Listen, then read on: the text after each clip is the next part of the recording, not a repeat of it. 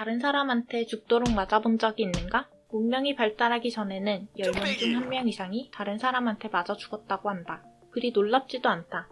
원시시대는 완전한 무법지대, 힘이 곧 권력인 사회였으니까. 심지어 무식한 원시인들끼리 모여 살았으니 충분히 이해가 된다. 아마 현대인과는 전혀 다를 것이다. 정말 그럴까? 아프리카에서 인류가 탄생한 지 20만 년이 되었다. 컴퓨터와 휴대폰, 비행기가 발명된 것은 겨우 100년 전이다. 스마트폰으로 인터넷을 자유롭게 사용하기 시작한 지는 10에서 20년 정도이다. 그러니까 99.9%의 인류는 지금 우리와 너무나도 다른 삶을 살았다는 것이다. 인류는 어떠한 생물학적 진화를 할 틈도 없이 어마어마한 기술의 발달을 마주하게 되었다. 그 0.1%의 재수없는 놈들이 바로 우리이다. 현대인의 뇌와 원시인의 뇌는 생물학적으로 거의 똑같다. 교육이나 법 같은 사회적인 시스템이 없었다면 우리도 원시인과 똑같이 살았을 것이다. 그래서 그게 지금 무슨 상관이냐고? 우리 뇌는 아직 원시시대에 살고 있다. 고칼로리의 음식을 보이는 족족 먹는 식탐이 많은 사람의 기대 수명은 어떨까? 당연히 낮을 것이다. 하지만 당신, 아니 이 사람이 사는 시대가 원시시대라면? 한정된 식량으로 경쟁해야 했기 때문에 기회가 있을 때 조금이라도 먹어치우는 사람이 오래 살 가능성이 컸다.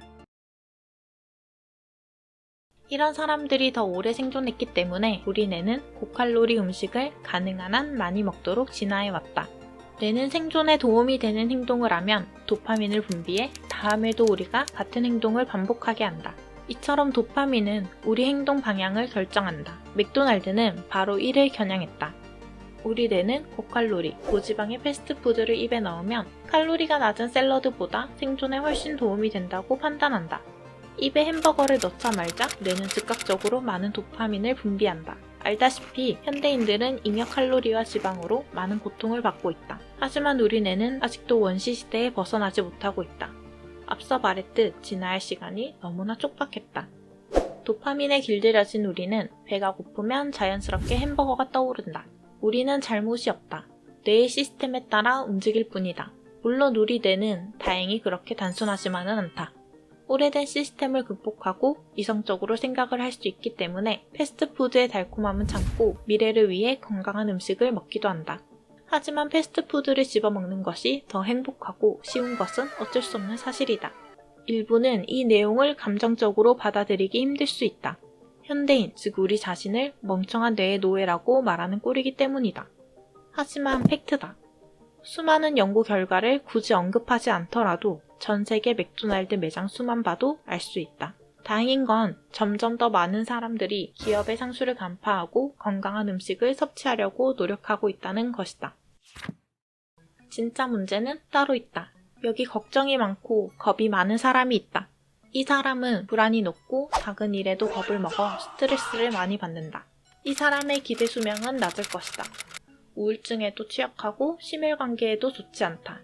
하지만 원시시대라면 어떨까? 평균 수명이 10살 전후였기 때문에 우울증이나 심장질환 따위는 중요한 게 아니었다. 맹수의 존재 유무 같은 사소한 환경 변화를 감지하는 능력에 따라 죽을 날이 결정됐다. 끊임없이 불안해하는 사람이 더 오래 살 수 있었다.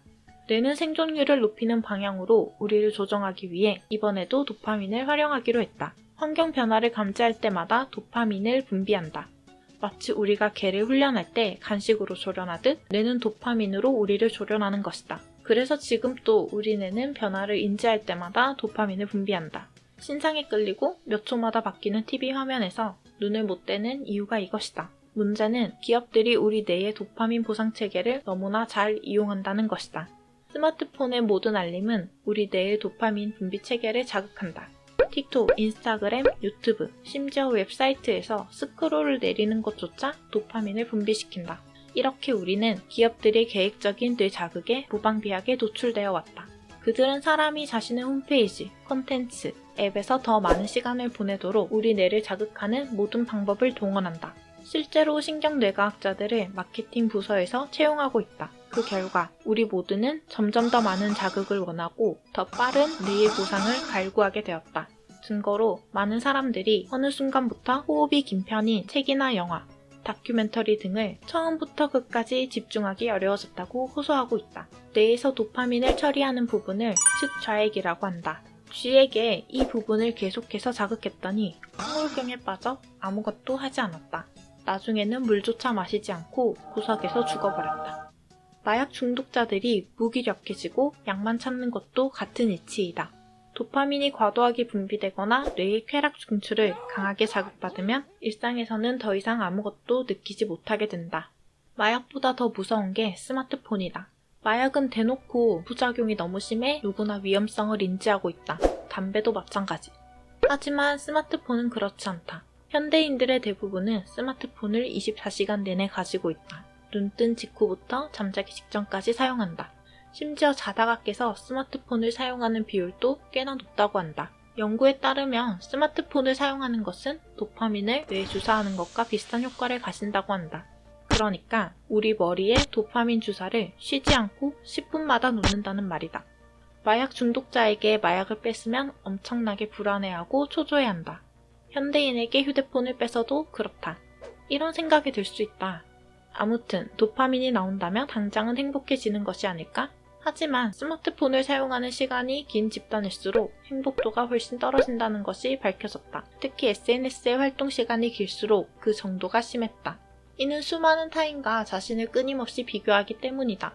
과거에는 비교 대상이 많아야 100명이었지만 지금은 전 세계 수십억의 사람들과 비교하게 된다. 그만큼 자존감은 떨어지고 우리 삶이 상대적으로 불행하게 느껴진다. 왜 스티븐 잡스는 자신의 아이에게 스마트폰을 결코 허락하지 않았을까?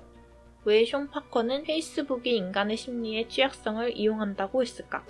우리는 기업들의 돈벌이에 우리의 원시뇌가 이용되고 있다는 것을 인지해야 한다. 그리고 선택해야 한다. 그저 원시뇌에 이끌려 눈앞에 맛있는 패스트푸드와 항상 즐거움을 선사하는 스마트폰에 중독된 채 기업들이 원하는 노예로 살 것인가? 이를 깨우치고 주도적으로 정말로 원하고 꿈꿔왔던 인생을 살기 위해 노력할 것인가? 어떤 삶을 선택해야 죽기 전에 후회하지 않을 수 있을까? 빨간 약을 먹을지 파란 약을 먹을지의 선택은 본인이 하는 것이고 책임도 본인이 지는 것이다.